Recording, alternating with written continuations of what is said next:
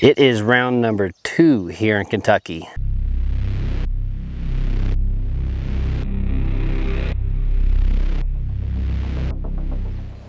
And if you're enjoying these Whitetail Slam videos, don't hesitate to send me a comment down below. Would love to hear from you. And if you aren't already, hit that subscribe button. A little bit over a month ago, I got out here and did my initial set for trail cameras, set right around 15. Some curiosity cameras and precision cameras that I know I've produced in the past. So during that time, I've got pictures of some decent bucks that I'm pretty pumped about in one specific area. So we're starting out with some areas that have been quiet with the cell cams, but also checking the SD card pulls kind of right here off the bat. So the goal for this weekend is to take the quiet cameras and cluster them in areas that I'm getting active movement on, and try to find little hidden movement patterns that could open up some big possibilities for us come opening day in September. We are little under 2 months away from opening day, so fingers crossed we can nail down a couple shooters and some really good movement patterns. So let's get to it. All right, so we got to the first camera location here, and right here on a field edge, kind of a curiosity spot. We've never actually done any actual recon or really any scouting at this location, so we got 640 some pictures on here. Let's see what's here. All right, so we've got a stud that's shown up past this camera 3 different times, middle of the night, so throughout the last month, and that's a really good looking deer. So what we need to do is I'm gonna get to looking on my map, and we're gonna see if we can get some key placements here. We're going to find some pinch points back in the hills a little bit and see if we can locate him a little bit more regularly. I've got another camera back here that's a cell that hasn't gotten anything on it, so that is good knowing he's not there, but at the same time it sure would have been nice to have got a picture of him. So come to find out, my cell camera that we just checked wasn't even transmitting most of the pictures it was taking, and we have an absolute freaking mega giant on that camera. We got him on picture twice, both of them during daylight times, and not far from that location there's a spring, so I feel really good about where he's at. That means we got 2 shooters and one of them's an absolute giant on the first 2 cameras.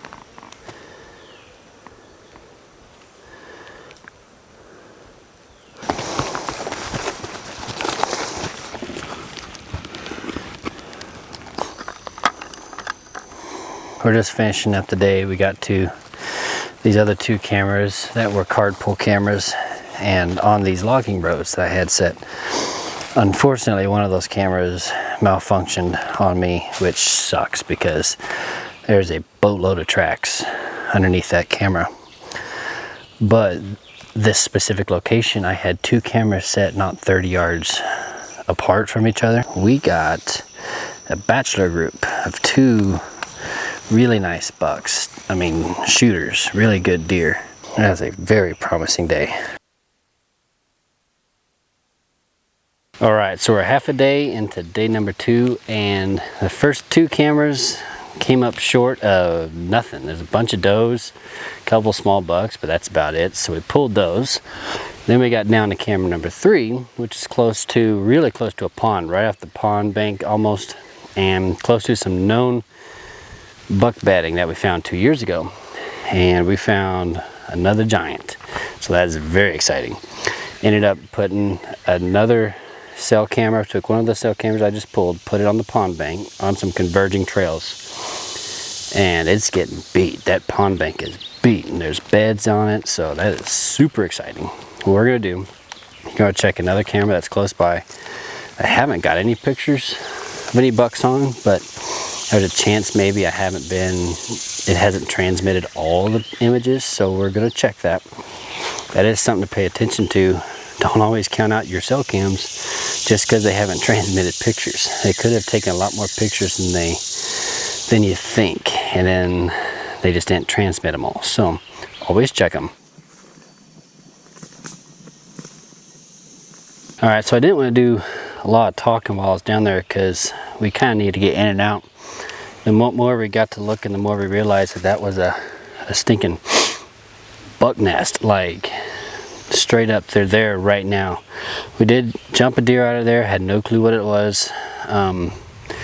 Lots of big fresh droppings, and I mean it's perfect. So we got 4 cameras adjusted around that on 4 main access routes from different directions, and then there's really good cover along the back side of that. So I feel really good about the intel that we're going to gather in that spot there.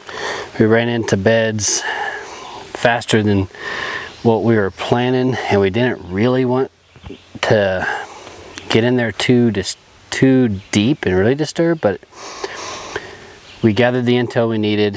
And with it being an out-of-state hunt, that's the kind of thing you gotta do, is don't be afraid to gather intel that you need. You're here for a very short period of time. Make sure you leave here productive and smart about what's going on. So it's day 3 here in Kentucky. We were planning on leaving early today, but we just so happened to run into, you know, a couple mega giants that we just have to get figured out. So pulled a bunch of cams yesterday and we moved them over here to figure out this big 9-point. Set 3 cams already so far, and we're gonna figure him out. We really got some really good creek crossings and pinch points that we've got covered.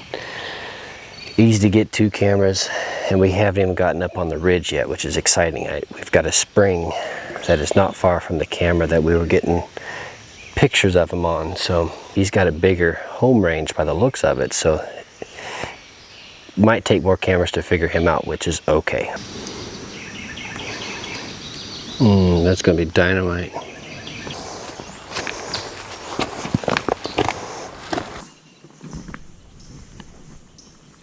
Well, we are officially back to the car. Day 3 is over and it is time to go home. Very productive trip. We covered a lot of miles this weekend. Definitely stayed longer than what we were planning, which is perfectly okay because we located the deer that we're after and we just clustered cameras on both of them. I mean, there's not going to be much chances that we're going to miss out on much movement patterns that these deer have. We already got a text from one of the cameras that we set back on that big 10-point. He's already moving back, cautiously working his way down into bedding. So nailed that. That was good confirmation. So first trail camera set was definitely productive. Now we got them clustered in on 2 mega giants with other shooters included. The next trip we'll be able to get even more precise, even if we even need to move cameras at all. So thanks for watching, y'all. Please hit that like and subscribe button, and we'll see you on the next video.